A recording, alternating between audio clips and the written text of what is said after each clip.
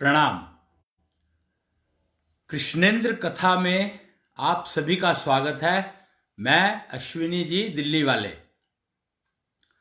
आज 21 तारीख है, 21 जनवरी, और आज से हम लोग जो है, अभी तक हम समय यात्रा कर रहे थे, अब हम समय यात्रा में आज से ज्ञान भंडारा शुरू कर रहे हैं। एक कॉन्सेप्ट भंडारा तो आपने सुना ही होगा। पूरी का भंडारा, कड़ी चावल का भंडारा और खाने पीने की चीज़ों का भंडारा बहुत बहुत बहुत ही ज़्यादा प्रसिद्ध है, पॉपुलर है। सब जानते हैं इस बात को। भंडारा बहुत लोग करवाते हैं, मतलब ज्ञान, खाना बांट करके खाना, बांटना और खाना, कम्युनिटी भंडारा। तो ऐसे जो कम्युनिटी भोज कह देते हैं उसको, कुछ लोग प्रीति भोज कहते हैं, कुछ लोग भंडारा कहते हैं, कुछ लोग कुछ कहते हैं, कुछ लोग कुछ कहते हैं, मतलब अलग अलग वो दे रखे हैं। परंतु आज से हम लोग ज्ञान भंडारा की शुरुआत कर रहे हैं। अग्रोहम समाज ने स्पॉन्सर किया, रिक्वेस्ट करी कि आप ज्ञान भंडारा करें। आज हम उसको स्पॉन्सर करेंगे। तो आज का ज्ञान भंडारा स्पॉन्सर्ड बाय अग्रोहम समाज, और ये एक नई विधा शुरू हो रही है भंडारा करने की क्रम में, कि भोजन नहीं, खाना नहीं, ज्ञान। यानी भोजन तो शरीर के लिए होता है, लेकिन ज्ञान मस्तिष्क के लिए, मेंटल। तो मेंटल डेवलपमेंट के लिए ज्ञान भंडारा जरूरी है। इसकी विधा शुरू करी गई थी आज से कोई 4-5-6 साल पहले। मेरे ख्याल से 16-17 में कभी शुरू की गई होगी। पहले ना ग्रीन भंडारा किया था शुरू। ग्रीन भंडारा मतलब सिर्फ फ्रूट देंगे, तो वो सिलसिला चल चुका। अब लोग केले बांटते हैं, अमरूद बांटते हैं, फल फ्रूट बांटने लग गए। लेकिन हमने आज से हम लोग शुरू कर रहे हैं ज्ञान भंडारा की विधा कि ज्ञान भंडारा करना ज्यादा जरूरी है भोजन के भंडारे से। क्यों? क्योंकि भोजन का भंडारा करने में पैसे लगते हैं, पैसे तो इसमें भी लगते हैं, पर वो पैसे जो हैं अशुद्ध पैसे भी हो सकते हैं। मतलब वो पैसे ऐसे भी हो सकते हैं जो अच्छी कमाई से ना कमाए गए हों। भंडारा, जब भोजन भंडारा किया जाता है तो उसका पता नहीं है कि वो पैसा कैसे कमाया गया है। खाने वाले को नहीं पता एटलीस्ट कि उसका पैसा कैसे कमाया गया है, तो उसमें एक डाउट है। लेकिन ज्ञान भंडारा, अगर आपके पैसे गलत भी कमाए हुए हैं आपने, और अगर आप ज्ञान भंडारा का आयोजन करते हैं, अब ज्ञान भंडारा ऐशो सिविलाइजेशन का देन है, तो उसको समझ के करना पड़ेगा। ज्ञान भंडारा ऐसे नहीं हो सकता कि किताब पढ़ के सुना दी। ज्ञान भंडारा तो एक अलग ही चीज है, बिल्कुल ज्ञान। यहां विज्ञान की बात नहीं हो रही है। विज्ञान तो बहुत ही छोटी सी चीज है, ज्ञान की बात हो रही है, ज्ञान भंडारा। और उसमें एक तो वो भी होता है कि अपने एक्सपीरियंस शेयर करो, एक है वो चीजें शेयर करो जो योग्यता बढ़ाती है समझने के लिए। तो प्राइम फैक्टर है ज्ञान भंडारा में, प्राइम फैक्टर होता है कि उन सब्जेक्ट्स पे, उन चीजों पे बात की जाती है, उस विशेष ज्ञानों पे बात की जाती है, ज्ञान की उन विशेष ब्रांचेस पर, उन विशेष सब्जेक्टों पर जो हमें योग्यता बढ़ाने के लिए कहें, हमारी लर्निंग एफिशिएंसी को इंप्रूव करें, लर्निंग एलिजिबिलिटी को इंप्रूव करें, परफॉर्मिंग एलिजिबिलिटी को इंप्रूव करें,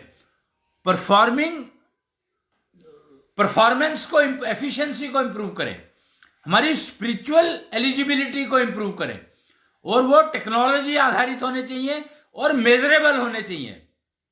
खाली ये नहीं कि मैंने कह दिया और आपने सुन लिया और मान लिया ना।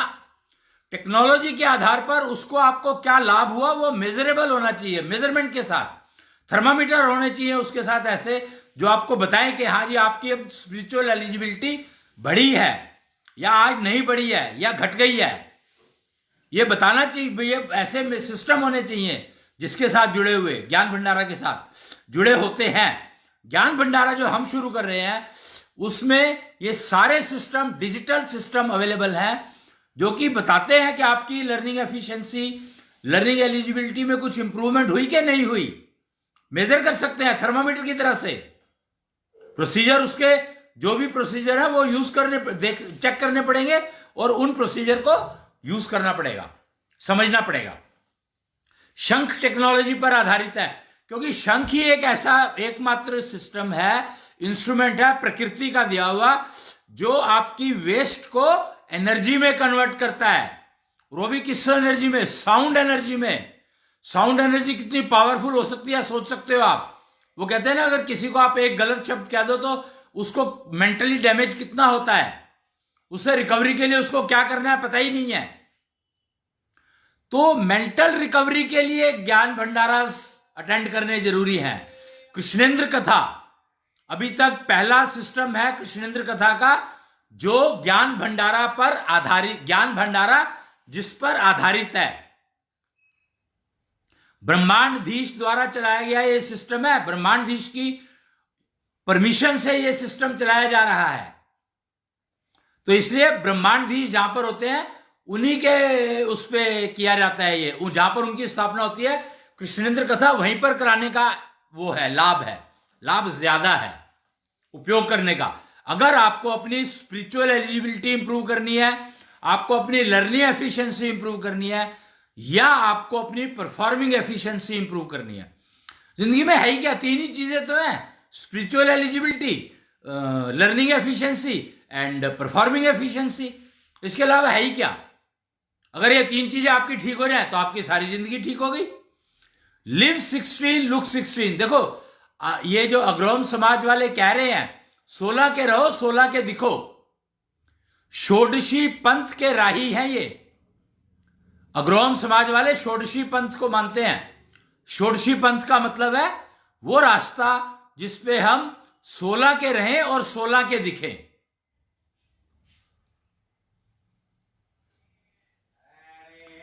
तो आप ये समझ सकते हैं कि आज से ज्ञान भंडारा का कार्यक्रम शुरू किया जा रहा है, और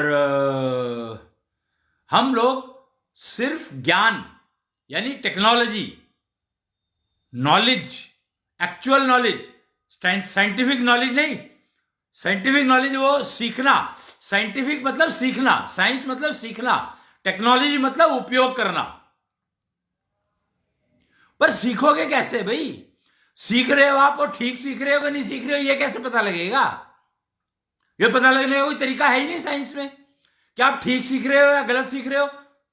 एक्सपेरिमेंट करते रहो, और एक्सपेरिमेंट भी कोई दिशा निर्धारित नहीं है, कुछ भी कर लो।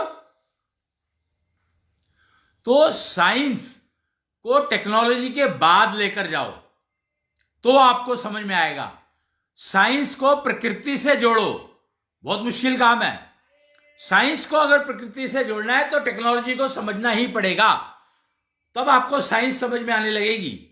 साइंस का मतलब है कि टेक्नोलॉजी को के अलग अलग उपयोगों को डेवलप करना, विकसित करना। मतलब एक टेक्नोलॉजी जैसे आईटी आई, इंफॉर्मेशन टेक्नोलॉजी आई, इसको इंफॉर्मेशन साइंस नहीं कहा गया, क्यों टेक्नोलॉजी कहा गया? जबकि information can never be technology. तो इसको इंफॉर्मेशन टेक्नोलॉजी क्यों कहा गया?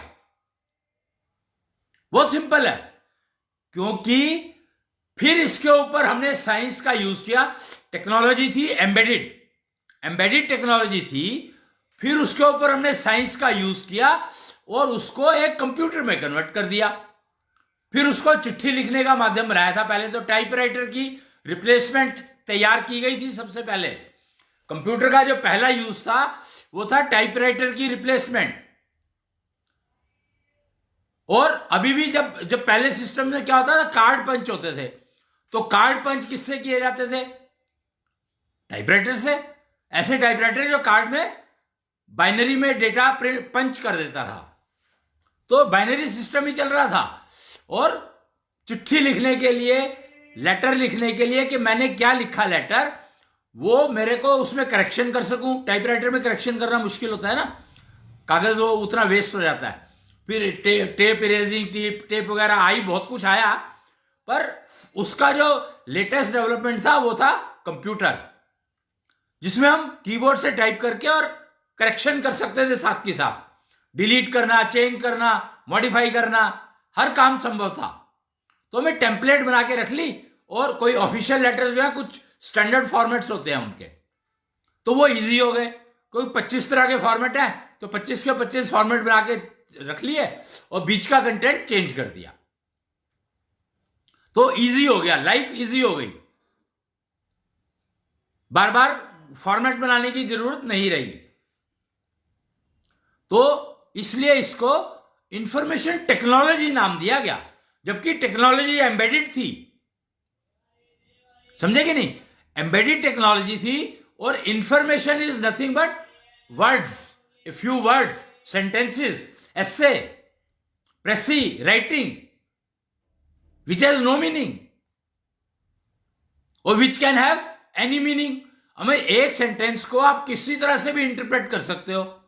एक शब्द को आप कहीं पर लगा देते हो, एक कॉमा अगर आपने एक जगह पर लगाया तो कुछ उसका मतलब हो गया, अगर उस कॉमे को शिफ्ट कर दिया तो उसका मतलब दूसरा हो गया। व्याकरण बहुत इंपॉर्टेंट हो गई जब हम शब्द से वाक्य बनाते हैं, तो वो सब इंफॉर्मेशन है। इसीलिए इसको नाम दिया गया information technology, not information science. क्योंकि इंफॉर्मेशन साइंस अगर कह देते तो वो बेकार हो जाता और झूठ भी हो जाता एक किस्म से, क्योंकि एम्बेडेड टेक्नोलॉजी का यूज कर रहे हैं हम लोग, तो टेक्नोलॉजी शब्द तो आना ही चाहिए। तो इसलिए इंफॉर्मेशन टेक्नोलॉजी नाम दिया गया उसको। और उसने लाइफ को कितना आसान बना दिया या मुश्किल बना दिया ये मुझे पता नहीं, पर मेरे ख्याल से उसने एक ऐसा सिस्टम बना दिया कि informations can be exchange, modify. तो साइंस को बहुत फायदा हुआ इससे, इंफॉर्मेशन टेक्नोलॉजी से सबसे ज्यादा फायदा हुआ साइंस को। लेकिन अब यहां पर प्रॉब्लम क्या हो गई कि उस साइंस ने नुकसान पहुंचाने का काम किया। कैसे? साइंस की वजह से इंफॉर्मेशन टेक्नोलॉजी के जो सिस्टम थे उनको इंप्रूव करने की कोशिश शुरू कर दी गई। तो हम कोर को तो इंप्रूव नहीं कर पाए, क्योंकि एम्बेडेड टेक्नोलॉजी का हमें पता ही नहीं था, हमें एम्बेडेड टेक्नोलॉजी का ज्ञान ही नहीं था। तो हमने उसके ऊपर सुपरफिशियल मेकअप करने शुरू कर दिए। पहले डॉस आया, पहले पीसी डॉस आया, फिर एमएस डॉस आया, फिर उसके बाद वो डॉस 3.11 या कुछ आया, फिर उसके बाद कुछ विंडोज आई। और एप्पल वाले विंडोज ऑलरेडी यूज कर रहे थे, पर विंडोज नाम नहीं था उनका, उन्होंने नाम पता नहीं क्या दे रखा था। एप्पल कुछ यूज कर रहा था, मोटरोला कुछ यूज कर रहा था, और इंटेल कुछ यूज कर रहा था। कोर पे हम लोग ध्यान नहीं दे पाए, कोर को हम मॉडिफाई नहीं कर पाए, कोर का हमें समझ ही नहीं आया कभी कि कोर का मतलब क्या होता है। आज भी हम लोग इतने एडवांस कहने को हो गए हैं, पर वो सिर्फ मेकअप में हुए हैं और कुछ नहीं। हम लोगों ने स्पीड इंक्रीज करने की कोशिश की, पर कोर में कुछ बेनिफिट नहीं कर पाया, कुछ भी मॉडिफाई नहीं कर पाया। एम्बेडेड टेक्नोलॉजी जो उस समय थी वही की वही यूज हो रही है, उसमें कोई चेंज हो ही नहीं पाया। कोर, नंबर ऑफ कोर्स बढ़ा दी गई, पर नंबर ऑफ कोर बढ़ाना तो क्या है, एक के साथ एक लगा दिया, एक के साथ एक सोसाइटी बना दी, एक कॉलोनी बना दी, कॉलोनाइजिंग कॉन्सेप्ट कर दिया उसमें भी, तो वो कोई कोर में तो इंप्रूवमेंट नहीं हुआ ना कुछ भी। तो ये बात समझने को आज की साइंस की वजह से, क्योंकि हमने इंफॉर्मेशन टेक्नोलॉजी को तो कोर थी उसको तो छोड़ दिया, टेक्नोलॉजी को तो समझा नहीं, और मेकअप करते चले गए। मेकअप के टेक्निक्स बदलती चली गई, वर्ड्स बदलते चले गए, स्टेटमेंट बनाने के तरीके बदलते चले गए, व्याकरण बदलती चली गई, भाषा बदलती चली गई। अगर हम कोर में चेंज करते तो हमें हिंदी की शब्द वर्णमाला को समझना पड़ता, वो हमें समझ आया नहीं, क्योंकि टेक्नोलॉजी थी और वो पूर्ण थी, तो इसलिए उसमें समझने की तो थी, पर उसमें चेंज होने की कोई संभावना नहीं थी, इसलिए उसको छेड़ा ही नहीं। तो अल्फाबेट बना दिया, एबीसी बना दी, फिर जापानीज बन गई, फिर चाइनीज आ गई, फिर पता नहीं कितनी लैंग्वेजेस आ गई। अभी कोई बात हो रही थी, कोई वीडियो देख रहे थे हम, तो गो शब्द की बात आई। हमारे यहां पे ना एस्ट्रोलॉजी में एक शब्द होता है गोचर, और अंग्रेजी वालों ने गो शब्द बना लिया। गो का मतलब जाना, और चर का मतलब क्या होता है। अब आप हिंदी पे अगर आ जाओगे तो चर का मतलब होता है चरना, चर का मतलब चलना भी होता है। गोचर, चलायमान। चरना है तो चलने के लिए चलाओगे ना, मुंह को चलाओगे, चरोगे तो गोचर का मतलब क्या हुआ? गोचर का मतलब है कि इस समय में प्लैनेट्स जो चल रहे हैं उनकी स्थिति क्या है। तो ये तो कितना पुराना शब्द है। ये लिंक पहली बार समझ में आया कि गो, अंग्रेजी का गो, इस गो से, गोचर से लिया गया है। तो हम मूल पर वापस जाने की तैयार। अब लोग इस बात पर रिसर्च करने लग गए हैं। अब इस बात पर लोग रिसर्च करने लग गए हैं कि मूल क्या है, यानी टेक्नोलॉजी, जो बेसिक टेक्नोलॉजी है उसमें क्या मॉडिफिकेशन किया जाए या उसका क्या उपयोग किया जाए, वो है क्या। खोज चल रही है, शुरू हो गई है उसके ऊपर। जैसे मैंने बताया अभी, गोचर शब्द से गो जो शब्द निकला है, गोचर से निकला है। भ्राता, ब्रदर, मतलब कमाल है। भ्राता यानी ब्रदर, हिंदी में भ्राता कहा जाता था और उसको अंग्रेजी में ब्रदर कहा गया। भैया क्यों? क्योंकि अंग्रेजी नया वर्ण वाला निकाल लिया तो करो। अब देखो, हिंदी में 52 अक्षर होते हैं। इमेजिन, ताश 52 कार्ड्स में 52 कार्ड्स बनाए गए। 52 ही क्यों भाई? 54 बना लेते, 56 बना लेते, 51 बना लेते, 50 बना लेते। आप डेसिमल मतलब हम लोग डेसिमल उस पर चलते हैं, सिस्टम पर चलते हैं। तो हम लोगों ने 52 क्यों बनाए? डेसिमल सिस्टम चल रहा है आजकल, ताश में 52 क्यों होते हैं पत्ते? Can you imagine? उनको 4 रंगों में बांटा गया। 4 रंगों में क्यों बांटा गया? आज की सारी प्रिंटिंग प्रोसेस 4 उस पर चलती है, CMYK, लेकिन उससे पहले RGB पर चलती थी। आप देखो मूल की तरफ कैसे जा रहे हैं वापस, पर हमारी स्पीड कितनी स्लो है, कितनी स्लो है। RGB पे हमने 30-40 साल वेस्ट कर दिए, फिर हम CMYK पे पहुंचे। और ताश जो है जन्मों से यूज हो रहा है। कब से यूज हो रहा है? 4 कलर है उसमें।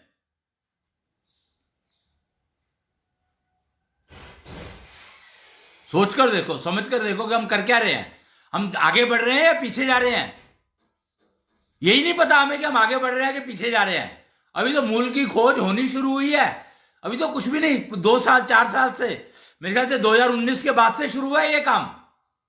या हो सकता है पहले वो, मुझे नहीं ज्ञान, पर मैंने अभी सुना। ये गोचर वाली शब्द सुन करके तो, गोचर वाली वीडियो सुन करके तो मुझे बहुत ही आनंद आया,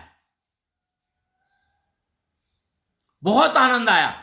इससे पहले एक आकाश तत्व पर कॉन्फ्रेंस, मैंने अब आपको एक छोटा सा वीडियो सुनाता हूं। जो ये सारे ज्ञान चर्चा का, ज्ञान भंडारा का, ज्ञान चर्चा करते हैं, चर्चालय बने हैं। चर्चालय का सिस्टम चला हुआ है 2016 से, शायद पता नहीं 15-18 से, नहीं 16 से या 16 से शायद चला है, 16-17 से ज्ञान चर्चालय बने हुए हैं जगह जगह पर, जहां पर ज्ञान पर चर्चा होती है। ज्ञान भंडारा का कॉन्सेप्ट अब शुरू किया गया है, जब से कृष्णेंद्र कथा की बात चल रही है और स्पॉन्सरशिप की बात आई। इनफैक्ट अभी तक जो ज्ञान कथा कृष्णेंद्र कथा चल रही थी, वो हम चला रहे थे। Time clock museum and research centre institution चला रहा था। लेकिन अब जो है, आज से ज्ञान भंडारा का कॉन्सेप्ट शुरू किया गया, क्योंकि अग्रहोम समाज ने कहा कि हम चाहते हैं कि आप कृष्णेंद्र कथा आप करवाओ, हम करवाना चाहते हैं आपकी कृष्णेंद्र कथा। तो इसलिए हमने ये आज से इसको ज्ञान भंडारा शुरू किया कहना। नहीं तो अभी तक हम समय यात्रा कहते थे इसको। कल तक की अगर आप वीडियो देखेंगे तो वो समय यात्रा कहलाती थी, क्योंकि 20 तारीख थी कल समय यात्रा, आज 21 तारीख है। आज की तारीख बहुत इंपॉर्टेंट है। 21 का मतलब क्या है? 21 का मतलब है सूर्य को चंद्रमा का आशीर्वाद मिलना। इमेजिन मैं क्या कह रहा हूं।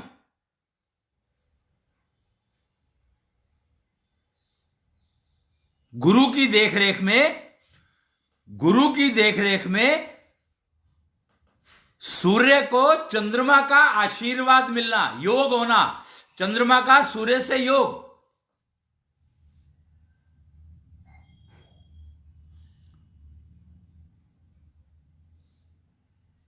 तो कितना इंटरेस्टिंग दिन है आज का। और आज से ज्ञान भंडारा शुरू हो रहा है, यानी सूर्य और चंद्रमा दोनों की ब्लेसिंग है गुरु के कारण। गुरु उनके वो हैं बताने वाले। 3, 2 और 1, 3। तो गुरु, 2 चंद्रमा और 1 सूर्य। 1 इधर है राइट में है तो 21 है, क्योंकि तो 1 राइट में है तो सूर्य को ब्लेसिंग्स है चंद्रमा की। गुरु के द्वारा ये अरेंजमेंट किया गया है, गुरु की देखरेख में ये काम हो रहा है। तो गुरु की देखरेख में अब ये गुरु बृहस्पति नहीं है, ये समझ लो आप कि ऐशो सभ्यता में अब 3 जो है वो रिप्रेजेंट गुरु बृहस्पति को नहीं, तत्व गुरु को कर रहा है। तत्व गुरु कुछ ना कर, दक्षिण्या तत्व गुरु। एक्चुअली दक्षिण्या तत्व गुरु के जो गुरु है वो है गुरु कुछ ना कर।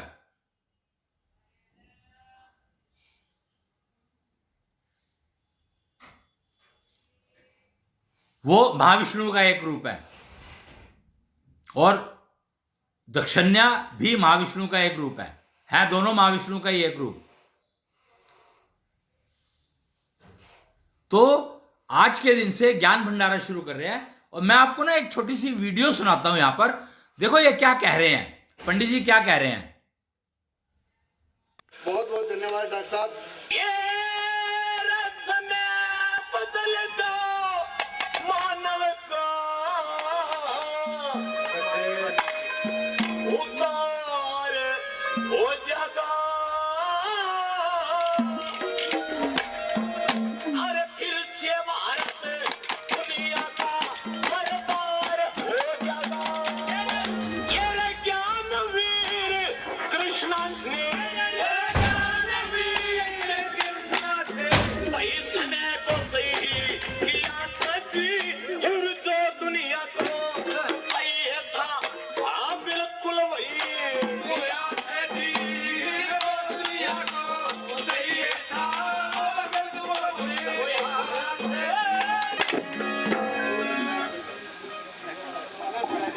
फिर से भारत दुनिया का सरदार हो जाएगा।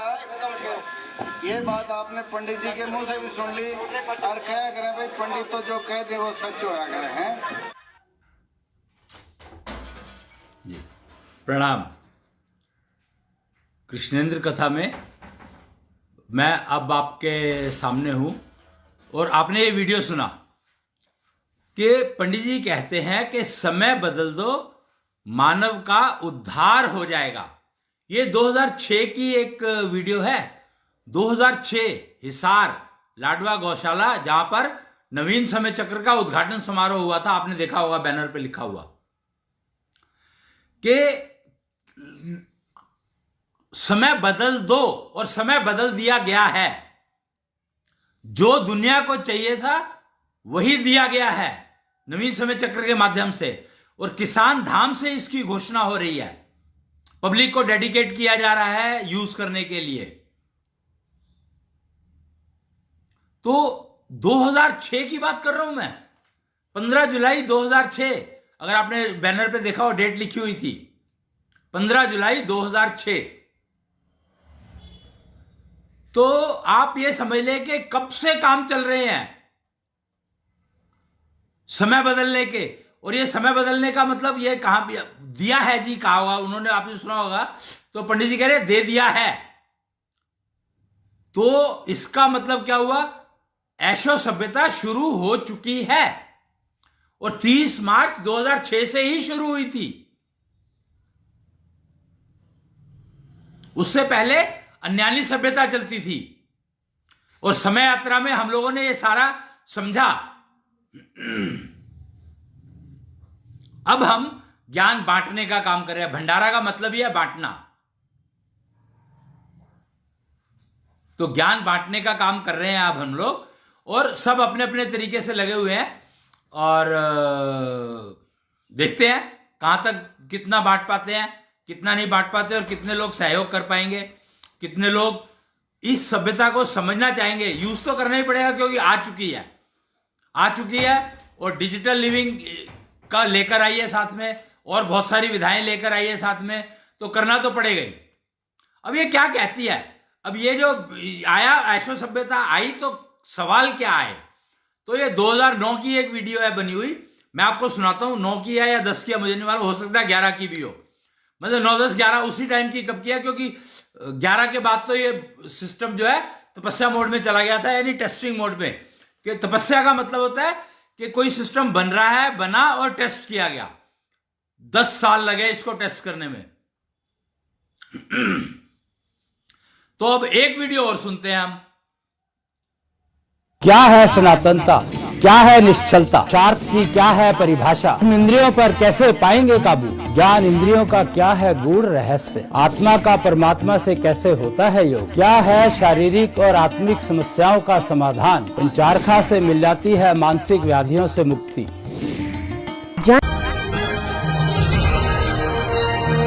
Learn to invest ऐशो Nidhi to get tension free luxurious digital living। दोनों अगर समझ करके देखते हैं आप तो आपको समझ आ जाएगा कि बिल्कुल भी समय बदल दो, अब आपका समय नहीं होगा खराब। ये उज्जैन की कटिंग थी, उज्जैन के न्यूज़पेपर की कटिंग थी ये, और वो लाडवा हिसार। तो समझो कि ये सिस्टम कितना ट्रेवल कर चुका है। वो संदीपनी आश्रम उज्जैन में इंटरव्यू की प्रिंटिंग थी, वो पेपर में न्यूज़पेपर की कटिंग थी वो, और वो जो वीडियो थी वो लाडवा हिसार हरियाणा की थी। तो ये सिस्टम आने के बाद मार्केट में न्यूज चैनल, न्यूज़पेपर वाले कह रहे हैं अब आपका समय खराब नहीं होगा, समय बदल दो। कहा था, समय बदलना शुरू किया, कुछ लोगों ने टेस्ट किया और फिर पब्लिक ने कहा कि अब आपका समय खराब नहीं होगा। सब कुछ पब्लिक डोमेन में है। मैं आपको फिर से ये वीडियो सुना देता हूं, छोटा सा है और थोड़ा जल्दी जल्दी बोला जाता है, तो एक बार रिपीट करूंगा इस वीडियो को मैं। क्या है सनातनता, क्या है निश्चलता, स्वार्थ की क्या है परिभाषा, हम इंद्रियों पर कैसे पाएंगे काबू, ज्ञान इंद्रियों का क्या है गूढ़ रहस्य, आत्मा का परमात्मा से कैसे होता है योग, क्या है शारीरिक और आत्मिक समस्याओं का समाधान, इन चारखा से मिल जाती है मानसिक व्याधियों से मुक्ति।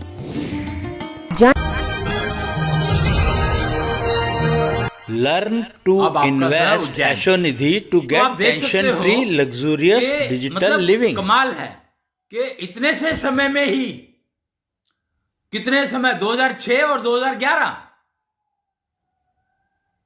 2006 और 2011, 11 भी नहीं होगा शायद, ये हो सकता है पहले की हो कटिंग। तो इतने से समय में ही इतने रिजल्ट्स, कमाल है।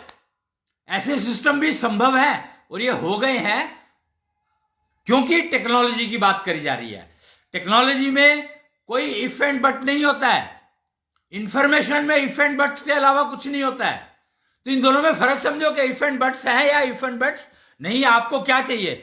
आपको जिंदगी में इफ एंड बट्स वाली खुशी चाहिए या प्रसन्नता चाहिए, आनंद वाली खुशी चाहिए? मतलब खुशी दो प्रकार की हो गई, एक इफ एंड बट्स के साथ और एक आनंद के साथ। तो आप कौन सी खुशी लेना चाहते हैं, आप डिसाइड कर लो। अगर आप अन्यानी सभ्यता में रहेंगे तो इफ एंड बट्स लगे ही रहेंगे आपके साथ, खुशी के अंदर भी, गम के अंदर भी, हर चीज में।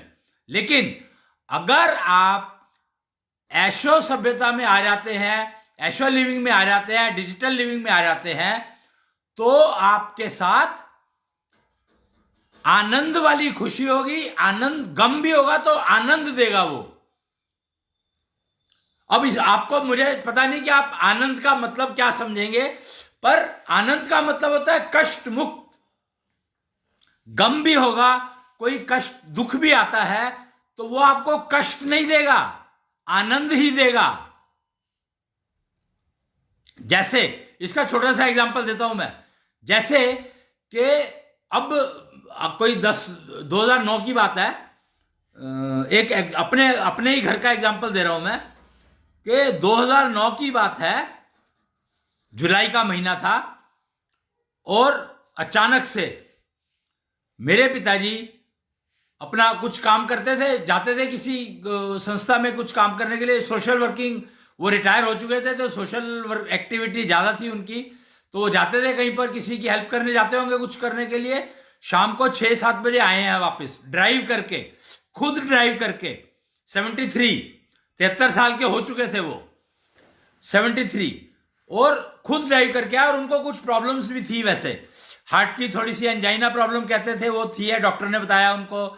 शुगर थी थोड़ी सी, बीपी रहता था उनको, प्रॉब्लम तो थी, पर फिर भी वो सोशल एक्टिविटी में काफ़ी एक्टिव थे और ड्राइविंग खुद करते थे और दवाई खा लेते थे और उनको पता था दवाई, और योगा करते थे। फिर उन्होंने योगा वाला सिस्टम अडॉप्ट कर लिया था, तो योगा करते थे रोज सुबह 2 घंटे, जाते थे पार्क में। और सैर करने का शौक तो उनको बचपन से ही था, मतलब वो हमने जब से देखा वो सैर करने रोज जाते ही थे, माता पिता दोनों को 1 घंटा पौना घंटा सैर करके आते थे। 2-3-4 किलोमीटर की सैर हो जाती थी, उनकी आदत पड़ी हुई थी, वो कह सकते हो आप। और अपने काम के समय में उन्होंने काम भी बहुत किया, और मतलब अपने प्रोफेशन में। खैर, तो और Shri Ram college of commerce के उस समय के पढ़े हुए थे। सोचो आप कब की बात कर रहा हूं मैं, 1900 कब की होगी, ग्रेजुएशन करी उन्होंने वहां से, तो 15-16 साल के होंगे, 36 का शायद जन्म था उनका, तो आप अंदाजा लगा सकते हो। खैर, तो उनको वो 6-7 बजे आए, 8-8:30 बजे डिनर करते थे, 8-8:30 बजे डिनर किया, 10 बजे सोने जाते थे। तो 10 बजे वो सोने चले गए नॉर्मल रूटीन की तरह से, और 11 बजे आवाज आई मेरे को मेरी माता जी की, अश्विनी आइयो। हम अंदर सो रहे थे अपने बेडरूम में, वो ऊपर जाते थे सोने के लिए, फर्स्ट फ्लोर पे। मेरा ब्रदर रहता है ऊपर, रहता था, तो वो ऊपर जाते थे सोने के लिए। तो मतलब जिंदगी ठीक ठाक चल रही थी। अचानक रात को 11-11:30 बजे मुझे आवाज आई, अश्विनी सुन, देख क्या हुआ। मैं उठ करके बाहर आया तो देखा कि पिताजी सोफे पे, छोटे से सोफे पे बैठे थे और बिल्कुल एकदम जैसे कि शांत, सांस चल रही थी।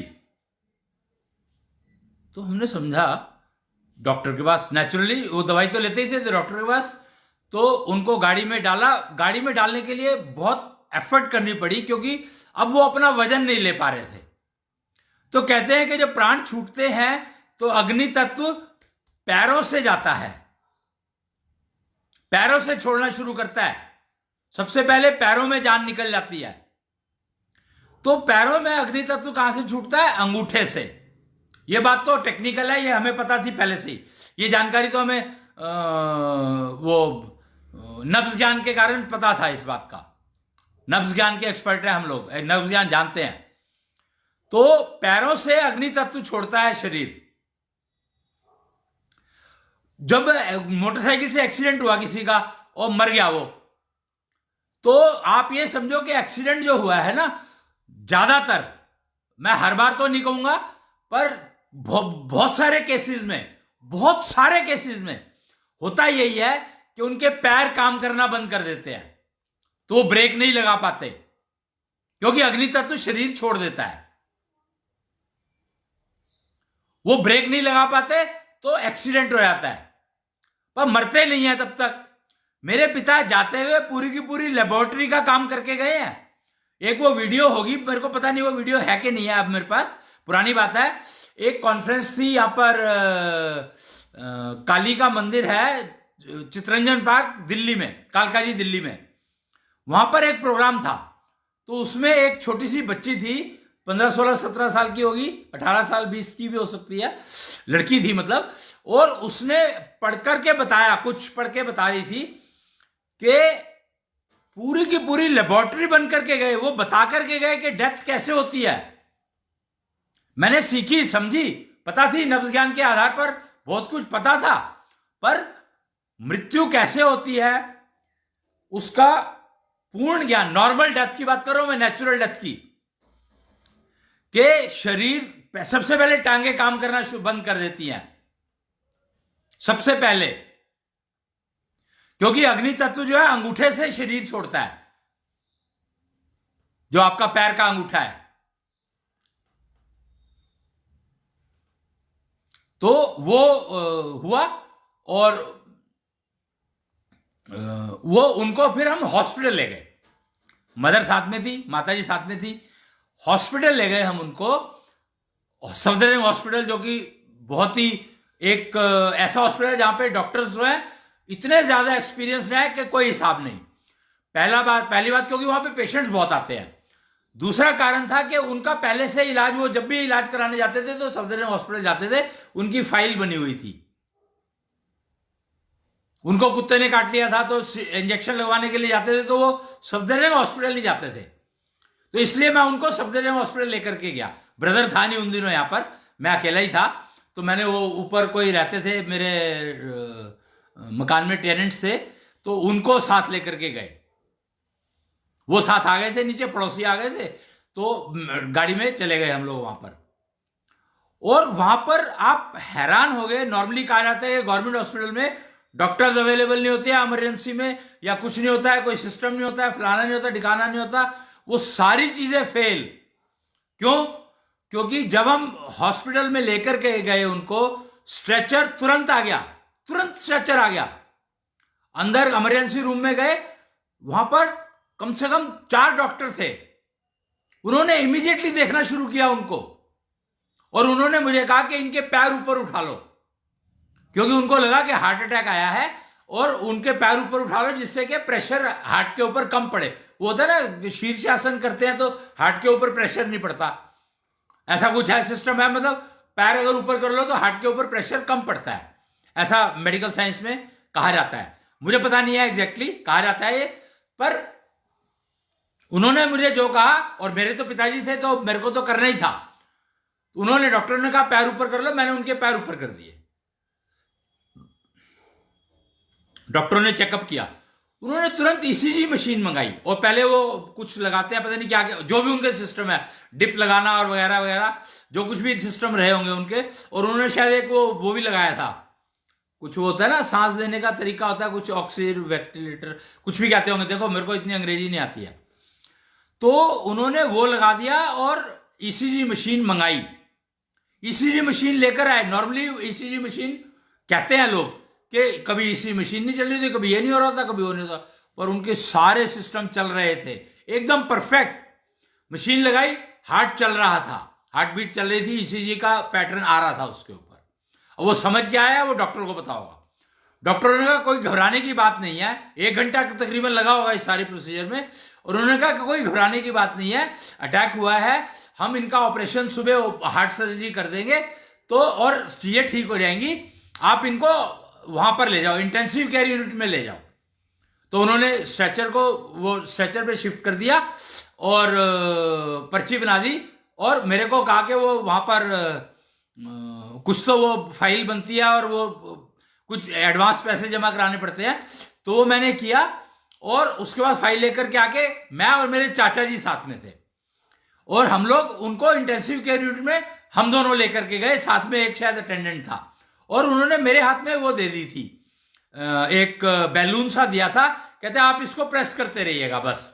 वो शायद हवा को एनफोर्स कर रहे थे ब्रीदिंग के लिए, ब्रीदिंग में शायद दिक्कत हो रही होगी, तो हवा को एनफोर्स कर रहे थे, इजीली अवेलेबल करा रहे थे, जिससे कि वो ऑपरेशन तक ठीक ठाक रहें।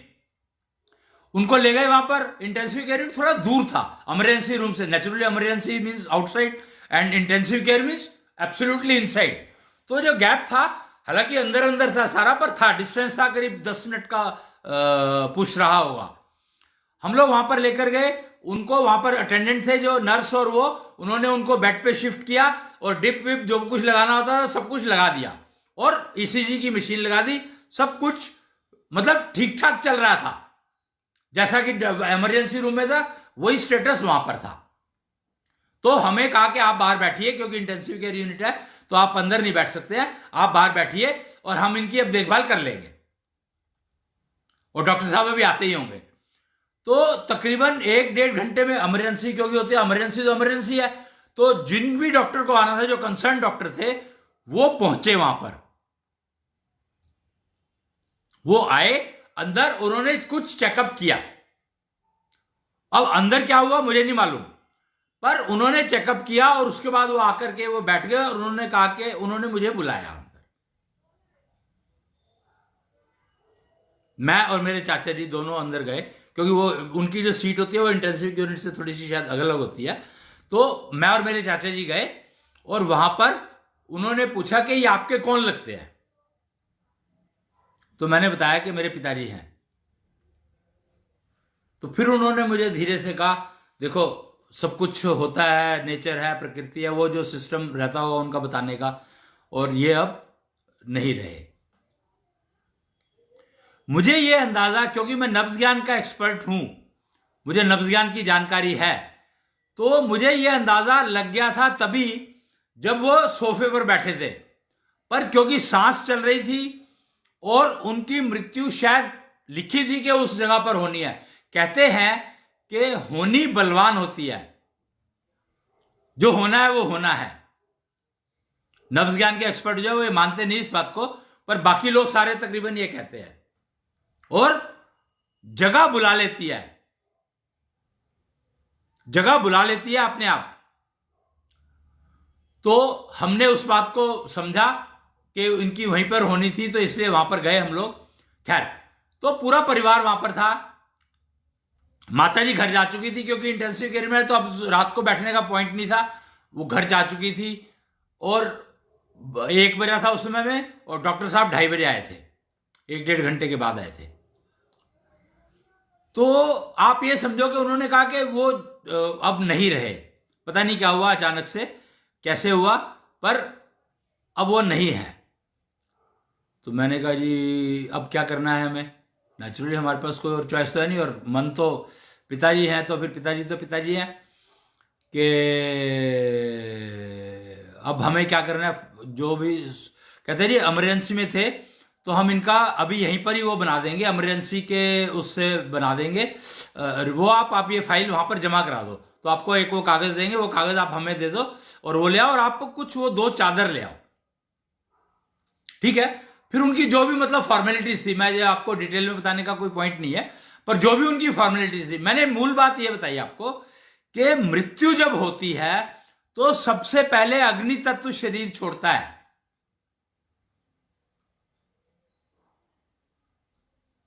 और 5 सीड नेचुरोपैथी को अगर समझेंगे तो आपको अग्नि तत्व का मतलब समझ में आएगा।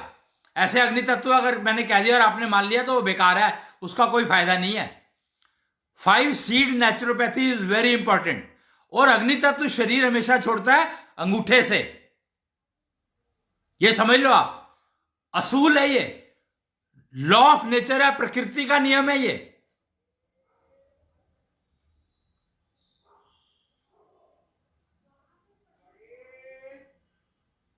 कि अग्नि तत्व हमेशा अंगूठे से शरीर छोड़ता है। अकाल मृत्यु, जो गोली लगने से मृत्यु होती है, तो एक्चुअली मृत्यु तो उनकी सांस के बंद होने से होती है। वो क्लिनिकल डेथ जिसको कहते हैं वो एक अलग है, और फिजिकल डेथ अलग है, कॉमा अलग है। तो वो कॉमा में जा सकते हैं, कोई बोले नहीं पा रहे, कुछ नहीं हो रहा, पर सांस चल रही है। तो जब तक सांस है जब तक आस है, ऐसा कहा जाता है। लेकिन अग्नि तत्व जो है अंगूठे से प्राण छोड़ता है, अग्नि तत्व छोड़ता है, सॉरी, शरीर से अग्नि तत्व छूटता है, वो अंगूठे से छूटता है, पैर के अंगूठे से। इसीलिए पैर का अंगूठा बहुत इंपॉर्टेंट है। और आपको एक बात और बताऊं मैं, भारतीय संस्कृति, सनातन कल्चर की संस्कृति में, सनातन संस्कृति में जब मृत्यु हो जाती है तो इंसान के शरीर के दोनों अंगूठे बांध दिए जाते हैं।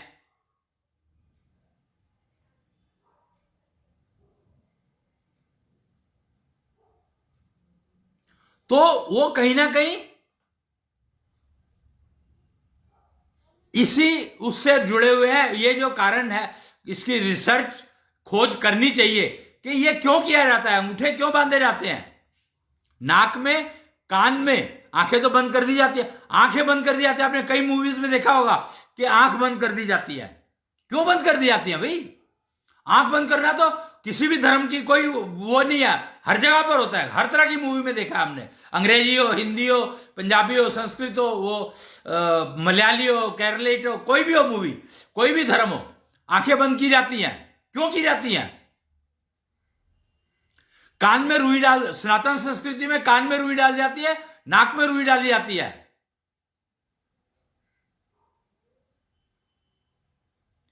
तो ये क्यों किया जाता है?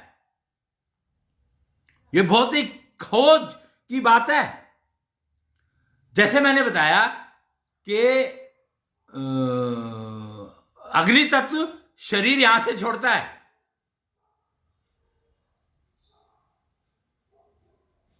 अंगूठे से, और दोनों अंगूठे बांध दिए जाते हैं मरने के बाद।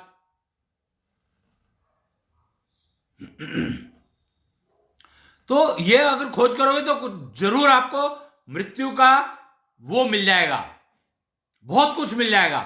बजाय आप उसको पोस्टमार्टम करके काट के देखने की, इन चीजों को समझें। हम मूल पर जाने की कोशिश कर रहे हैं, वापस मूल आधार पर, कोर को समझने की। कंप्यूटर में ना कोर एक शब्द होता है, आई कोर, कोर i5 है, कोर कुछ तो है, कोर की बात होती है। कंप्यूटर जब खरीदते हैं तो कौन सी कोर है पूछा जाता है, ये सवाल। वो प्रोसेसर की कैपेबिलिटी है। तो नेचुरली इंसान की भी कोर होगी ना कोई, तो वो कोर है अग्नि तत्व।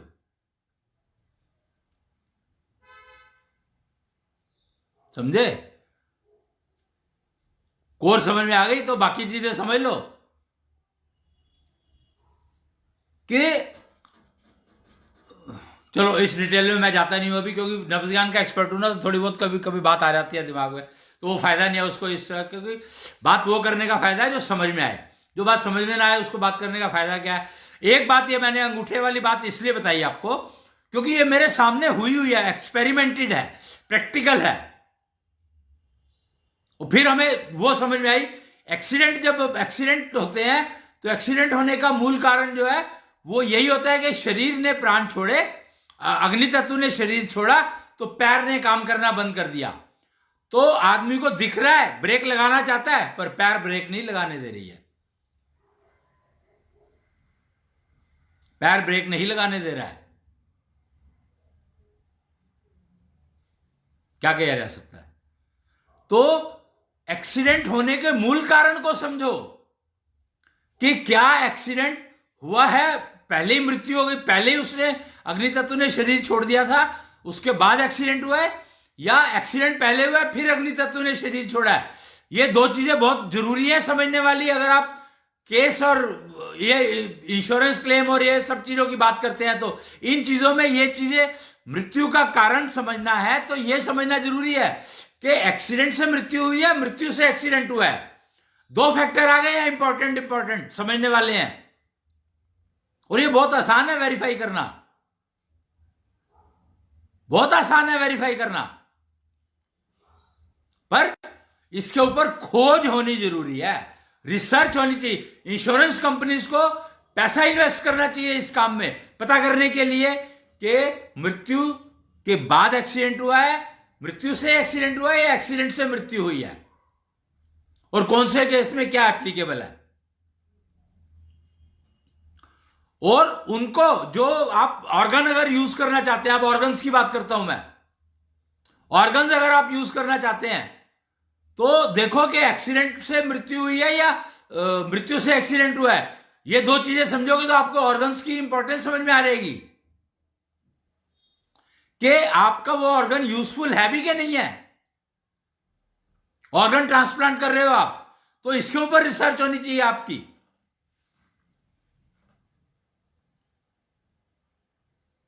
कि क्या यूजफुल है, क्या यूजफुल नहीं है। खैर, तो हम लोग जो चर्चा रिसर्च की बात कर रहे थे, खोज की बात कर रहे थे, साइंस की बात कर रहे थे। टेक्नोलॉजी अवेलेबल है, पर अब साइंस को काम करना चाहिए कि यह समझने की कोशिश करें। दिशाहीन थी साइंस अभी तक, तो अब यह दिशा दी गई है कि बाहर नहीं देखो, आसमान में देखने का फायदा नहीं है। आकाश तत्व की बात कर रहे हो तो आसमान में देखने का फायदा नहीं है। उस वीडियो को फिर से सुनो आप। किस वीडियो को?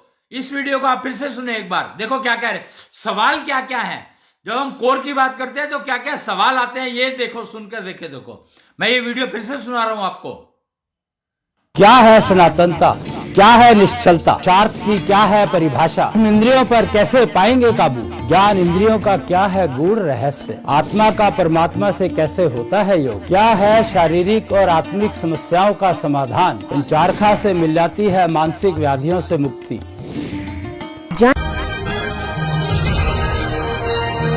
लर्न टू इन्वेस्ट एशो निधि to get tension free luxurious. जी, तो आपने देखा सुना कि वीडियो क्या सवाल क्या क्या इकट्ठे कर दिए इसने। मतलब इस वीडियो ने ये बता दिया हमें कि अब हमारे सवाल क्या होने चाहिए, क्लियर कट डिफाइंड। और अब हम इन सवालों के जवाब की खोज करनी चाहिए साइंस को। टेक्नोलॉजीज अवेलेबल करा दी गई हैं, हो गई हैं, उपलब्ध है। ऐशो सभ्यता लेकर आई है अपने साथ सारी चीजें। षोडशी पंथ बन चुका है, रास्ता बन चुका है। पंथ यानी रास्ता, रास्ता बन चुका है। पंथी बनो, 16 के रहो, 16 के दिखो। तो उसके लिए ये सवाल है। प्रैक्टिकल सनातनता, प्रैक्टिकल सनातनता का कार्यक्रम शुरू हो चुका है। यहां पर मैं आपको एक वो देखता हूं, अगर अवेलेबल है मेरे पास तो इमेज।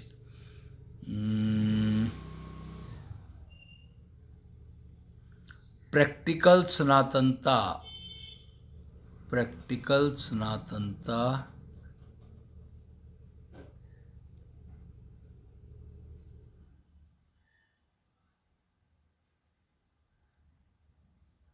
यस। तो ये है प्रोजेक्ट प्रैक्टिकल सनातनता इंप्लीमेंटेशन प्रोग्राम। ऑलरेडी शुरू हो चुका है, ऑलरेडी स्टार्ट हो चुका है। उसकी मूल कोर को समझने का प्रयास ऑलरेडी चल रहा है। पृथ्वी क्या है, पृथ्वी कहां से आई, पृथ्वी को पालता कौन है, पृथ्वी का गुरु कौन है, सनातनता का गुरु कौन है। तो ये सब सवाल, ये सब चीजें ऑलरेडी शुरू हो चुकी हैं। साइंस एक नई दिशा में 11th डायमेंशन ऐड हो चुकी है। कि 11th डायमेंशन ऐशो सभ्यता लेकर आई है कि अन्यानी सभ्यता 10 डायमेंशन तक थी। तो 11वीं डायमेंशन में हम लोग वो सवाल और समय बदलने का सिस्टम तो आप रिक्वेस्ट करी गई है और वो बता भी दिया है, बदल गया है। उसका परिणाम भी दिखा दिया गया है कि समय बदल दो का समय, अब आपका समय नहीं होगा खराब, नहीं रहेगा खराब, वो बता दिया गया है ऑलरेडी। तो ये अब सारे कार्यक्रम चलने लग गए हैं। आप देख रहे हैं ऑलरेडी 2006 से ऐशो सभ्यता एप्लीकेबल हो चुकी है, फंक्शनल है। ब्रह्मांडधीश का दरबार लग चुका है। तत्व गुरु दक्षिण्या बैठ चुके हैं। कुछनाकर गुरु के शिष्य हैं दक्षिण्या तत्व गुरु। देखो नाम कितने इंटरेस्टिंग है, नाम अपने आप में पूरे हैं। दक्षिण्या, जो दक्ष हो हर चीज में, हर दिशा में दक्षिण्य हो। 11वीं डायमेंशन का ज्ञान दे रहे हैं, तत्वों का ज्ञान दे रहे हैं।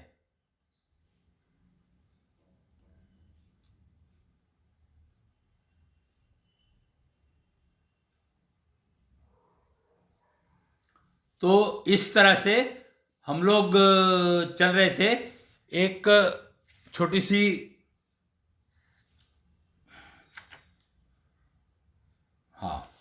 एक छोटी सी पोयम मैं सुनाना चाहता हूं यहां पर। पहले भी सुनाई है, कुच्छल एंथम, कुच्छल एंथम कहा गया इसको। जन मन तन अधिनायक समझाता, आभारत पृथ्वी ही है भाग्य की दाता। आभारत शब्द को समझो। आ के पीछे पूरा ब्रह्मांड छुपा है, आ के पीछे नहीं, अ के पीछे पूरा ब्रह्मांड छुपा है। अज्ञान, अज्ञान शब्द को समझो। अज्ञान क्या कहता है? अज्ञान नहीं है, अज्ञान है। अज्ञान मतलब आ के पीछे पूरा ज्ञान। कंफ्यूजन से बाहर निकलोगे तो अज्ञान समझ में आएगा। कंफ्यूजन में रहना है या अज्ञानता में रहना है, बहुत फर्क है दोनों में। अज्ञानता में रहोगे तो भी आनंद मिलेगा, लेकिन कंफ्यूजन में रहोगे तो इफ एंड बट लगे रहेंगे, ज्ञान कभी नहीं मिलेगा। गुरुकुल, ऐशो विज्ञान गुरुकुल बनने शुरू हो चुके हैं। पहला गुरुकुल दिल्ली में लग चुका है, उसकी एक शाखा अंबाला में शुरू करने की बातचीत ऑलरेडी शुरू हो चुकी है अग्रहोम समाज द्वारा। अग्रहोम समाज अंबाला से शुरू हुआ है, अंबाला में है। कृष्ण ईष्ट का मंदिर लगाया अग्रहोम समाज ने। कुच्छल भैरव का मंदिर लगाया मुजाफरा में अग्रहोम समाज ने। जन मन तन अधिनायक समझाता, आभा रत पृथ्वी ही भाग्य की दाता। जिसका भी कृष्णांश न जागा, वो है सबसे बड़ा अभागा। कमाल है। उफ, जिसका भी कृष्णांश न जागा, वो है सबसे बड़ा अभागा। कृष्णांश जगाने को राग अलापा, दसों दिशाओं में जो व्यापा। अब किसी को जगाना है तो आपको राग अलार्म लगाना पड़ता है ना, तो यहां पर उसको राग कहा गया है। कृष्णांश जगाने को राग अलापा, दसों दिशाओं में जो व्यापा। मंगलकारी बना तत्व आकाशा, फिजियो वर्चुअल ग्लोब। जो फिजियो वर्चुअल ग्लोब है आपका, वो है तत्व आकाशा के कारण, आकाश तत्व के कारण। तो मंगलकारी बना तत्व आकाशा। जय विजय की लहराई पताका। जय विजय, ये दो जो है, एक महाविद्या है, उनकी शिष्याएं हैं छिन्नमस्ता। महाविद्या छिन्नमस्ता, उनकी शिष्या है जय विजया। अब उनको अनुर्जा और अनुर्तमा कहा गया है।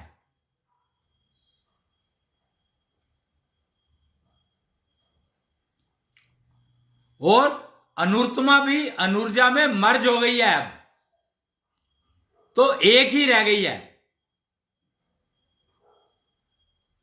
पर यह बात उनको समझ आ रही है कि नहीं आ रही मुझे नहीं पता, क्योंकि जिम्मेदारी बढ़ गई।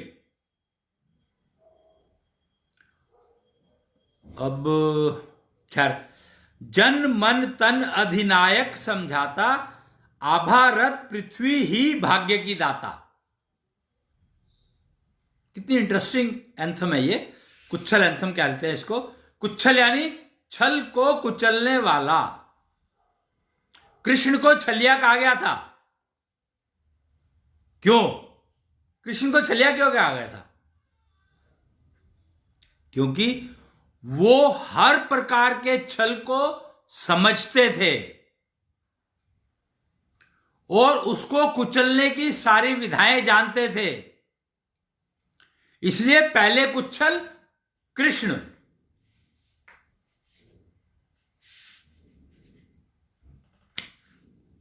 अब कुच्छल है कि नहीं है मुझे नहीं पता। कुच्छल समझ में भी आता है कि नहीं आता मुझे नहीं पता। कुच्छल गोत्र तो है एक, अग्रसेन वंशजों में कुच्छल एक गोत्र है। और वो कृष्ण ने दिया हुआ है वही गोत्र है या वो अलग है? कुच्छल कृष्ण कुच्छल है वो अलग है और ये कुच्छल गोत्र अलग है, ये मुझे नहीं मालूम।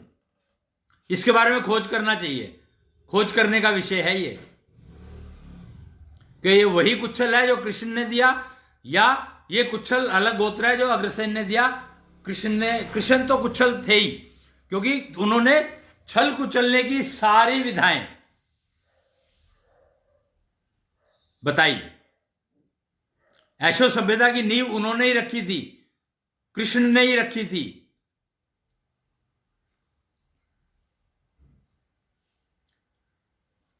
और अब तो वो कृष्णेंद्र हो गए हैं, ब्रह्मांडधीश। कृष्ण थे तो द्वारकाधीश, और कृष्णेंद्र है तो ब्रह्मांडधीश। यानी ब्रह्मांडधीश मतलब जिनमें ब्रह्मा विष्णु महेश तीनों मर्ज हो गए हैं, तीनों।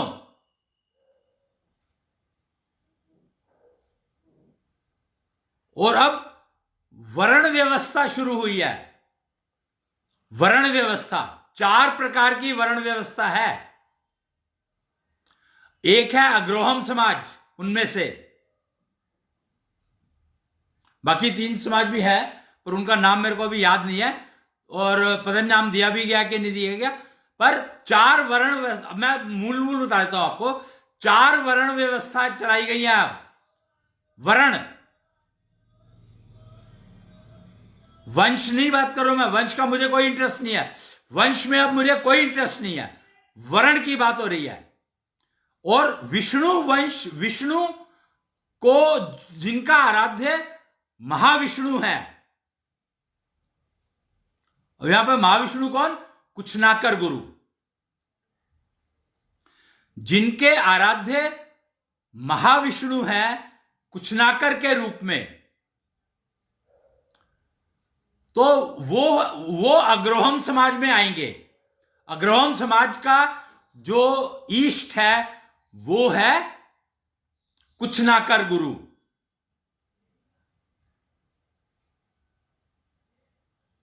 अग्रोहम समाज का ईष्ट। ऐसे ही दूसरा जो वर्ण होगा वो होगा विष्णु, उनके आराध्य होंगे कुच्छल भैरव, जो कि कारीगरी में वो होंगे, हाथ का काम।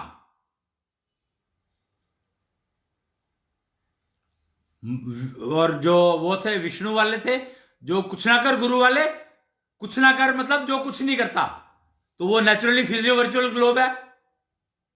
तो फिजियो वर्चुअल ग्लोब के जो ईस्ट बताए मैंने, कुछनाकर गुरु, अग्रोहम समाज। और एक होंगे जो हाथ से काम करते हैं, हाथ से काम करते हैं, इंद्रियों से काम लेते हैं और हाथ से काम करते हैं। एक वर्ग वो होगा, एक वर्ण वो होगा, उसको वर्ण कर सकते हैं आप। उनके जो इष्ट होंगे भैरव होंगे, कुच्छल भैरव। फिर ऐसे ही एक तीसरा समाज होगा, तीसरा वर्ण वो होगा।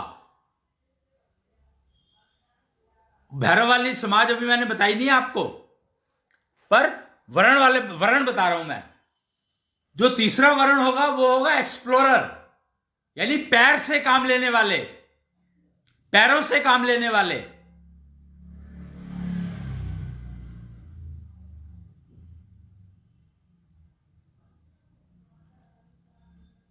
पैरों से काम लेने वाले, वो तीसरा वर्ण होगा। और उनके वो होंगे ईष्ट, कौन होंगे? उनके ईष्ट होंगे कुच्छल हनु, हनुमान जी, कुच्छल हनु के रूप में। कछुआ उनकी सवारी है, मतलब इमेजिन देखो उनको सवारी क्या मिली है, कछुआ। क्या क्या करें हनुमान जी, जिनको के मतलब उनकी स्पीड का कोई अंदाजा नहीं लगाया, ऐसा था, गणित ही नहीं है, तो उनको कछुआ सवारी मिली है, कुच्छल हनु। और चौथा जो वर्ण होगा वो होगा सिखाने का, टीचिंग, टीचर्स, अध्यापक, शिक्षक, जो जबान से काम लेंगे,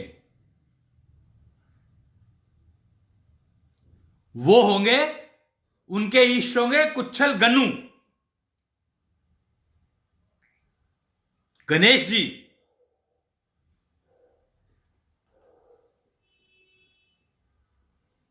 तो इस प्रकार 4 वर्ण हैं ऐशो सभ्यता में, और चारों के वर्ण आप कर सकते हैं, चारों में से जिसमें आप जो जिसका भी वर्ण करना चाहे कर सकते हैं।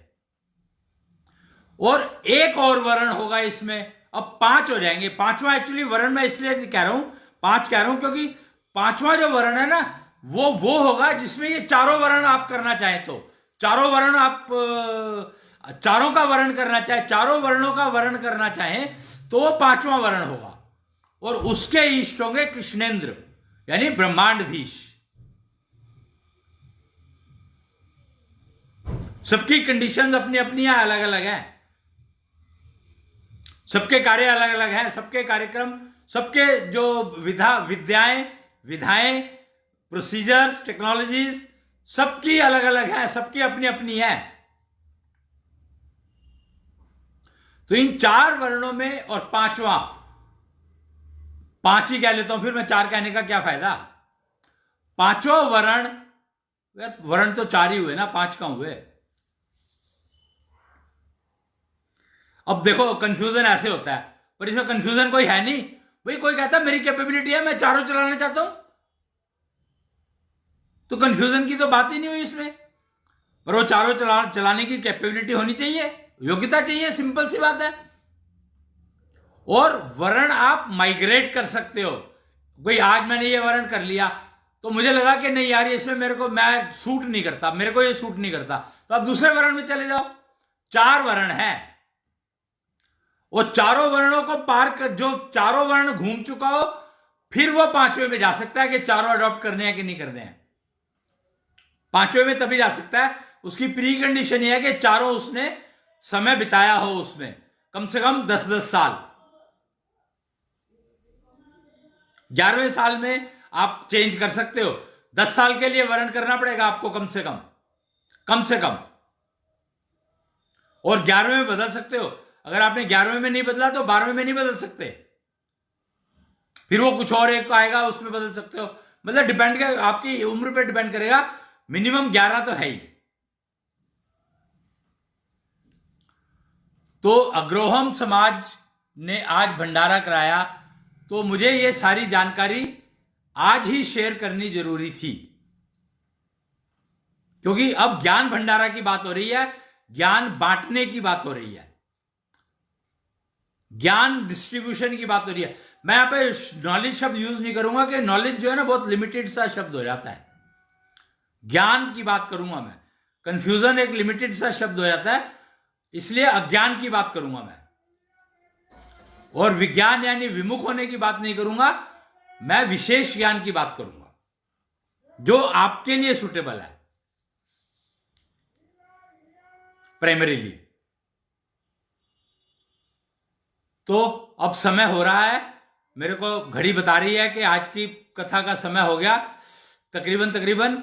वैसे हम ये कथा 2.5 घंटे की करते हैं, मतलब नॉर्मली ये कथा 2.5 घंटे की रहा करेगी जब ये फिजिकल हुआ करेगी, और ऑनलाइन होगी तो 1-1.25 घंटे की होगी।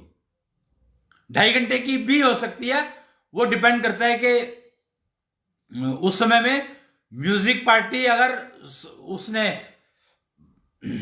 जो भंडारा करा रहे हैं उन्होंने संस्कृत कह रहा हूं, जो इसके साथ जो एक भजन पार्टी होती है उसका जोड़ा है कि नहीं जोड़ा है। दादा पोता की जोड़ी एक है, वो इनके भजन करती है। इस कृष्णेंद्र कथा के भजन उनके हवाले किए गए हैं, दादा पोता की जोड़ी। तो अगर वो उनसे बातचीत हो गई या जो भी प्रोग्राम करा रहे हैं अगर वो एग्री कर जाते हैं तो हम वो साथ में रहते हैं तो 2.5 घंटे की हो जाती है, नहीं तो 1-1.25 घंटे की होती है। तो आज के लिए आज का समय क्योंकि पूरा हो गया है, तकरीबन पूरा हो ही गया है, और मुझे गाय ज्ञानिता से मैं समाप्त करता हूं इस कथा को। इस कृष्णेंद्र कथा का जो वाइंड अप होता है, जो पूर्ण कथा सत्र पूरा होता है, वो होता है गाय ज्ञानिता से। तो अभी हम गाय ज्ञानिता का पाठ करेंगे और फिर उसके बाद समापन। इतनी शक्ति हमें देना माता, मन पे विश्वास कमजोर होना। इतनी शक्ति हमें देना माता, मन पे विश्वास कमजोर ना हो। अनेक रस्तों में है एक रास्ता, भूल कर भी कोई भूल ना हो।